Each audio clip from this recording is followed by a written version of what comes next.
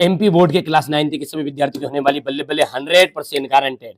देखिए 100% गारंटी के साथ ये आपका क्वेश्चन पेपर है। आप बिल्कुल इसको अच्छे से तैयार कर लीजिएगा। बस यही क्वेश्चन पूरे के पूरे वो परीक्षा हाल में आपको देखने को मिलने वाले हैं। वाटरलू का युद्ध कब हुआ था? देखिए वाटरलू का युद्ध हुआ था 1805 ईस्वी में वाटरलू का युद्ध हुआ था।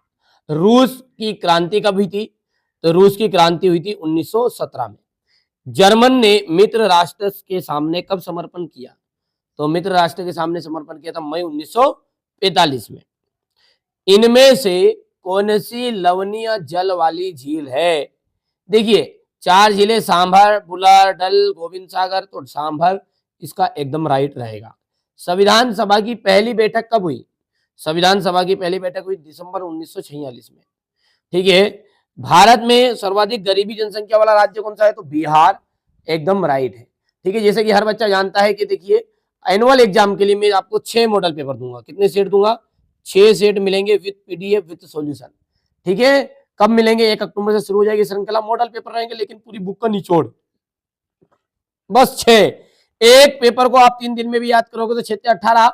मान के चलो एक पेपर को 5 दिन में भी याद करोगे तो 5 के 30 खत्म। 1 महीने में पूरी चीजें। ठीक है। 2 महीने में कर लेना, आराम से करना। सन 1917 की सर्दियों में रूस की जो राजधानी है पेट्रोगार्ड, उसकी हालत बहुत ही खराब हो गई थी। फ्रांस की जो मुद्रा लिब्रे, जिसे 1794 में समाप्त कर दिया गया था। वर्साई की जो संधि है, वर्साई की संधि 28 जून में हुई। प्रायद्वीपी भारत की अधिकतर नदियां पश्चिम से निकलती है। कहां से निकलती है? पश्चिम से। नागरिक के साथ साथ जाति, धर्म और लिंग के आधार पर क्या नहीं किया जा सकता? तो थोड़ा सा छोटा करना पड़ेगा इसको समझने के लिए आपको। यहां पर देखो तो ये ठीक है, भेदभाव नहीं किया जा सकता।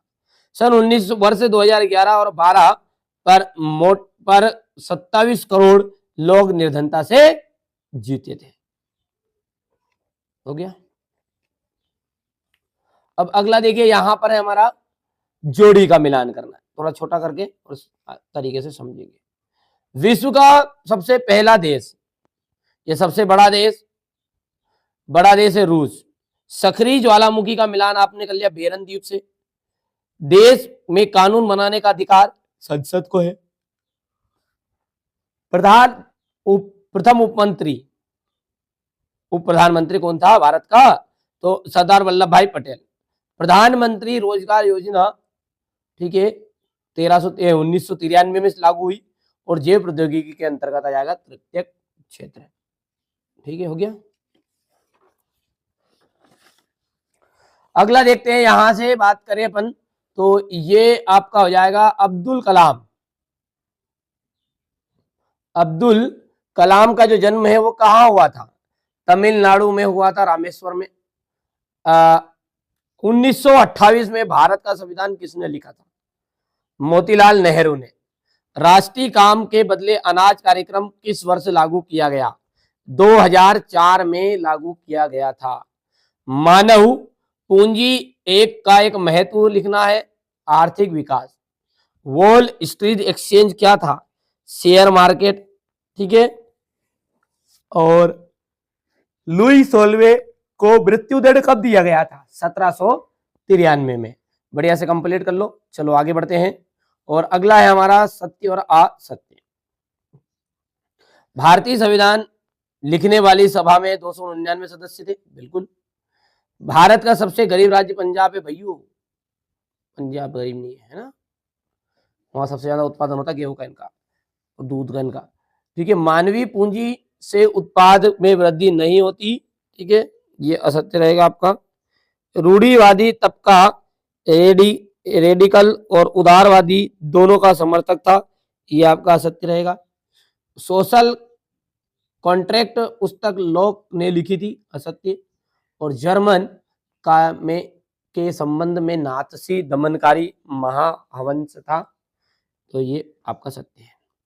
अब क्वेश्चन नंबर 6 देखो ध्यान से। यहां से ही आपका थोड़ा सा छोटा कर देते ताकि आपको देखने में भी अच्छा लगेगा, दिखेगा भी सही। ठीक है भैया, ये आपका हो गया इतना, और छोटा करो थोड़ा सा। यहाँ था छोटा हो जाएगा, फिर गड़बड़ हो जाएगा ना। चलो थोड़ा बड़ा करके बता देता हूँ। ये क्वेश्चन तो देखने से ही है। यहाँ नमामि देवी नर्मदे, वैज्ञानिक वानिकी क्या है, लेटेक्स क्या है इसका उपयोग, आरक्षण का क्या अर्थ है, राजनीतिक संस्था का क्या अर्थ है, मानव पूंजी निर्माण का क्या अर्थ है, सेवा क्षेत्र क्या है, भारत में पादपों तथा जीवों का वितरण किन तत्वों द्वारा निर्धारित होता है, वन किसे कहते हैं, ठीक है, संसाधन के रूप में लोग से आप क्या समझते हैं, अर्थव्यवस्था के उस क्षेत्र का नाम बताइए जो कृषि और अन्य उद्योगों के संचालन हेतु सहायता पहुंचाता है, कोऑपरेटिव क्या था, भारत प्रथम विश्व युद्ध में का रूस की क्रांति पर क्या प्रभाव पड़ा,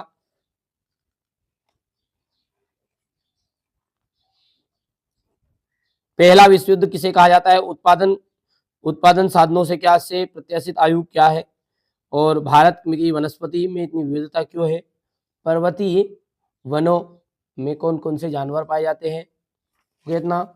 इसके बाद में आएगा संविधान संशोधन क्या है, संविधान का महत्व लिखना है, उग्र राष्ट्रवाद में नाजीवाद को किस तरह बढ़ावा दिया, द्वितीय विश्व युद्ध का तत्कालिक कारण क्या था, भारत की जलवायु को प्रभावित करने वाले कौन कौन से कारक है, मानसून को एक सूत्र में बांधने वाला क्यों समझा जाता है, प्रधानमंत्री के कार्य हमें संसद क्यों चाहिए, यह कथन स्पष्ट कीजिए। ये क्वेश्चन नंबर 21 आपका, ये 22 और ये 23, ठीक है। टोटल 23 क्वेश्चन है और 23 ही क्वेश्चन ये, ठीक है, मैंने आपको बता दिए हैं।